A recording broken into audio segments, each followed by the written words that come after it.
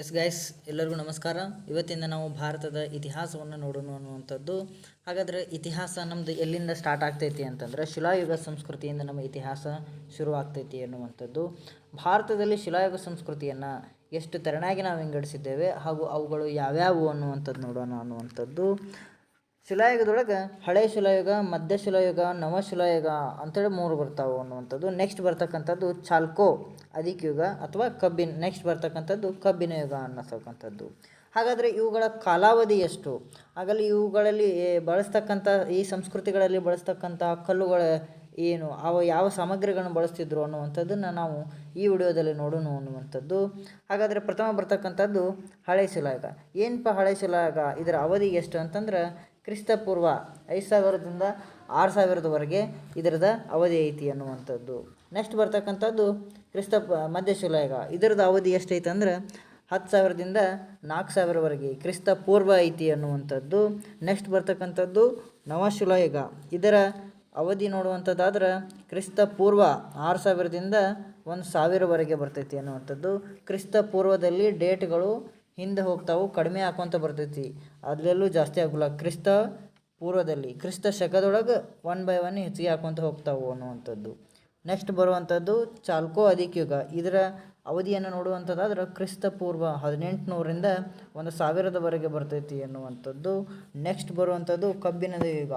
ಈ ಕಬ್ಬಿಣದ ಯುಗ ಕ್ರಿಸ್ತಪೂರ್ವ 1000ದ ನಂತರ ಅಂದ್ರೆ ಅಟ್ ಪ್ರೆಸೆಂಟ್ವರೆಗೂ ಬರ್ತೈತಿ ಅನ್ನುವಂಥದ್ದನ್ನು ನಾವು ನೋಡ್ಬೋದು. ಹಾಗಾದರೆ ಇವುಗಳ ಅವಧಿಯನ್ನು ನೋಡಿದ ನೆಕ್ಸ್ಟ್ ನಾವು ಏನು ನೋಡಬೇಕು ಅಂತಂದ್ರೆ ಅವುಗಳ ಸಂಸ್ಕೃತಿ. ಹಳೆ ಶಿಲಾಯುಗದೊಳಗೆ ಮಾನವನ ಸಂಸ್ಕೃತಿ ಹೆಂಗಿತ್ತು, ಆತ ಹೇಗಿದ್ದ, ಅವ ಏನನ್ನು ಬಳಸ್ತಿದ್ದ ಆಹಾರಕ್ಕಾಗಿ ಅನ್ನುವಂಥದ್ದು ನೋಡುವಂಥದ್ದಾದ್ರೆ, ಹಳೆ ಶಿಲಾಯುಗದಲ್ಲಿ ಮಾನವ ಪರಚುವ ಕಲ್ಲುಗಳನ್ನು ಬಳಕೆ ಮಾಡ್ತಿದ್ದ ಅನ್ನುವಂಥದ್ದು. ಅದೇ ಥರನಾಗಿ ನಾವು ಮಧ್ಯಶಿಲಾಯುಗದಲ್ಲಿ ನೋಡುವಂಥದ್ದಾದ್ರೆ ಬೆಂಕಿಯ ಬಳಕೆಯ ಸಂಸ್ಕೃತಿಯನ್ನು ಕಲ್ತಿದ್ದ ಅನ್ನುವಂಥದ್ದು. ಹೆಂಗೆ ಡೆವಲಪ್ಮೆಂಟ್ ಆಗ್ತಾನೆ ಮನುಷ್ಯ ಅನ್ನೋದು ಇಲ್ಲೇ ನಾವು ಕಾಣ್ಬೋದು, ಜಸ್ಟ್ ಹಳೆ ಶಿಲಾಯುಗದಿಂದ ಮಧ್ಯಶಿಲಾಯುಗಕ್ಕೆ ಎಂಟ್ರಿ ಆದಾಗ. ಹಾಗಾದರೆ ಇನ್ನು ನವಶಿಲಾಯುಗಕ್ಕೆ ಎಂಟ್ರಿ ಆದಂಥ ಸಮಯದೊಳಗೆ ಮಾನವ ಏನು ಕಲ್ತಂತಂದ್ರೆ ನಯಗೊಳಿಸಿದ ಸಾಮಗ್ರಿಗಳ ಬಳಕೆ. ಅಂದ್ರೆ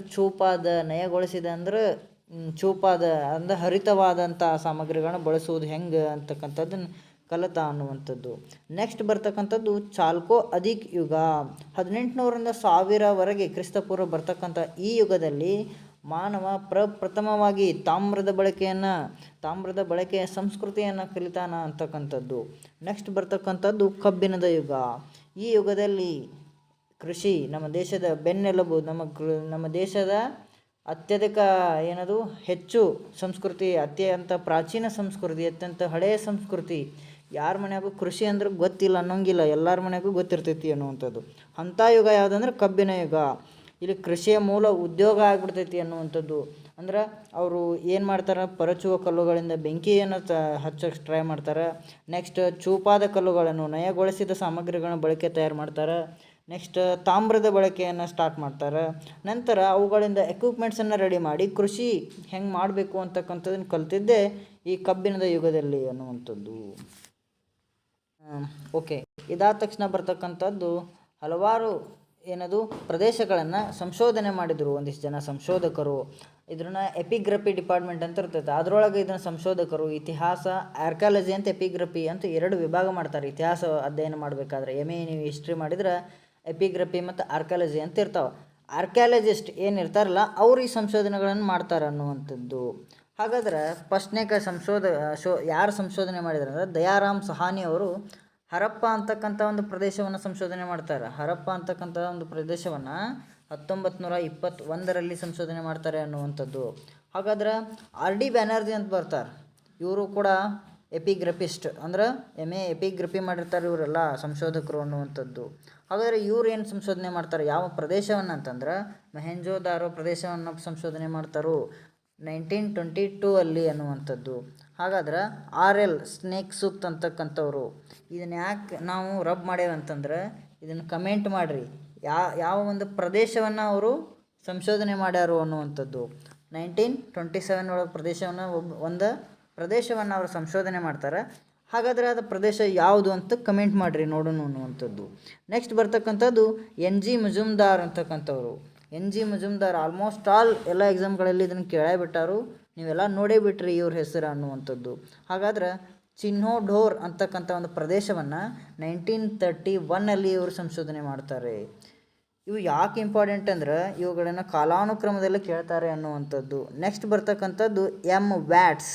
ಇವರು ರಂಗಪುರ್ ಅಂತಕ್ಕಂಥ ಪ್ರದೇಶವನ್ನು 1953 ಸಂಶೋಧನೆ ಮಾಡ್ತಾರೆ. ಅದೇ ಥರನಾಗಿ ನಾವು ನೋಡ್ಬೇಕಂತಂದ್ರೆ ಘೋಷ್ ಕಾಲಿಬಂಗಾನ್. ಈ ಕಾಲಿಬಂಗಾನ್ ಮೇಲೆ ಭಾಳ ಕ್ವಶನ್ಸ್ ರೈಸ್ ಆಗ್ಯಾವು, ಭಾಳ ಹಳೆ ಕ್ವಶನ್ಸು ಅದಾವು. PC ಮತ್ತು PSI especially Kalibangan heavy question ಕೇಳ್ಯಾರು ಅನ್ನುವಂಥದ್ದು. ಇದನ್ನು 1953 ಒಳಗೆ ಸೇಮ್ ಇಯರ್ 1953 ಒಳಗೆ ಸಂಶೋಧನೆ ಮಾಡ್ತಾರೋ ಅನ್ನುವಂಥದ್ದು. ನೆಕ್ಸ್ಟ್ SR ರಾವ್ ಏನು ಮಾಡ್ತಾರೋ, ಲೋತಾಲ್ ಅಂತಕ್ಕಂಥ ಪ್ರದೇಶ, ಕಾಲಿಬಂಗಾನ, ಲೋತಾಲ್ ಇವೆರಡು ಮ್ಯಾಕ್ಸಿಮಮ್ ಟೈಮ್ ಕ್ವಶನ್ ಕೇಳ್ಯಾರ ಅನ್ನುವಂಥದ್ದು. ಯಾವಾಗ ಇದನ್ನು ಸಂಶೋಧನೆ ಮಾಡ್ತಾರೆ ಅಂದ್ರೆ 1957 ಒಳಗೆ. ಯಾವಾಗ 1957 ಒಳಗೆ ಮಾಡ್ತಾರೋ. ನೆಕ್ಸ್ಟ್ ಬರ್ತಕ್ಕಂಥದ್ದು ಜೋಶಿ ಅಂತಕ್ಕಂಥವ್ರು ಸುಕೋನತ್ವ್ ಅಂತಕ್ಕಂಥ ಒಂದು ಪ್ರದೇಶವನ್ನು 1972 75ವರೆಗೂ. ಸರ್ ಇಷ್ಟು ವರ್ಷ ಎದಕ್ಕೆ ಸಂಶೋಧನೆ ಮಾಡ್ತಾರಂದ್ರೆ ಅದನ್ನು ಅಡ್ತಿರ್ತಾರೋ, ಅಲ್ಲಿ ಎಕ್ವಿಪ್ಮೆಂಟ್ಸ್ ಸಿಗ್ತಿರ್ತಾವೆ, ಪರ್ಟಿಕ್ಯುಲರ್ ಇಯರ್ದಾಗ ಸ್ಟಾರ್ಟ್ ಆಗಿದ್ದು 2-3 ಇಯರ್ಸ್ ತೊಗೊಳ್ತೈತಿ ಅನ್ನುವಂಥದ್ದು. ಹೀಗಾಗಿ ನೆಕ್ಸ್ಟ್ ಬರ್ತಕ್ಕಂಥವ್ರು RS ಬಿಸ್ವಿ ಅವರು. ಇವರು ಬನಾಲಿ ಅಂತಕ್ಕಂಥ ಪ್ರದೇಶವನ್ನು 1973 ಒಳಗೆ ಮತ್ತು 73-74 ಸಂಶೋಧನೆ ಮಾಡ್ತಾರೆ ಅಂತಕ್ಕಂಥದ್ದು. ಸಾಕು, ಇಷ್ಟನ್ನು ನೋಡ್ಕೊತ ಹೋಗೋಣ. ಡೈಲಿ ಸಣ್ಣ ಟಾಪಿಕ್ಸನ್ನು, ಇಂಪಾರ್ಟೆಂಟ್ ಟಾಪಿಕ್ಸ್ ಯಾವಿದಾವೆ ಅವುಗಳನ್ನು ಮಾತ್ರ ಚರ್ಚೆ ಮಾಡ್ಕೊತ ಹೋಗೋಣ ಅಂತ ಹೇಳ್ತಾ ಇವತ್ತಿನ ಕ್ಲಾಸನ್ನು ಮುಗಿಸೋಣ. Thank you everyone.